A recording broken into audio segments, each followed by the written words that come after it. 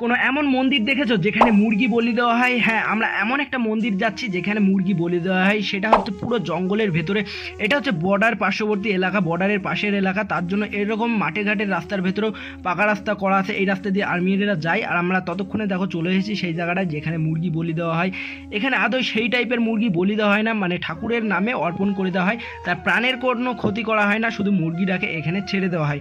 দেখো তোমাদের একটু দেখানোর চেষ্টা করছি।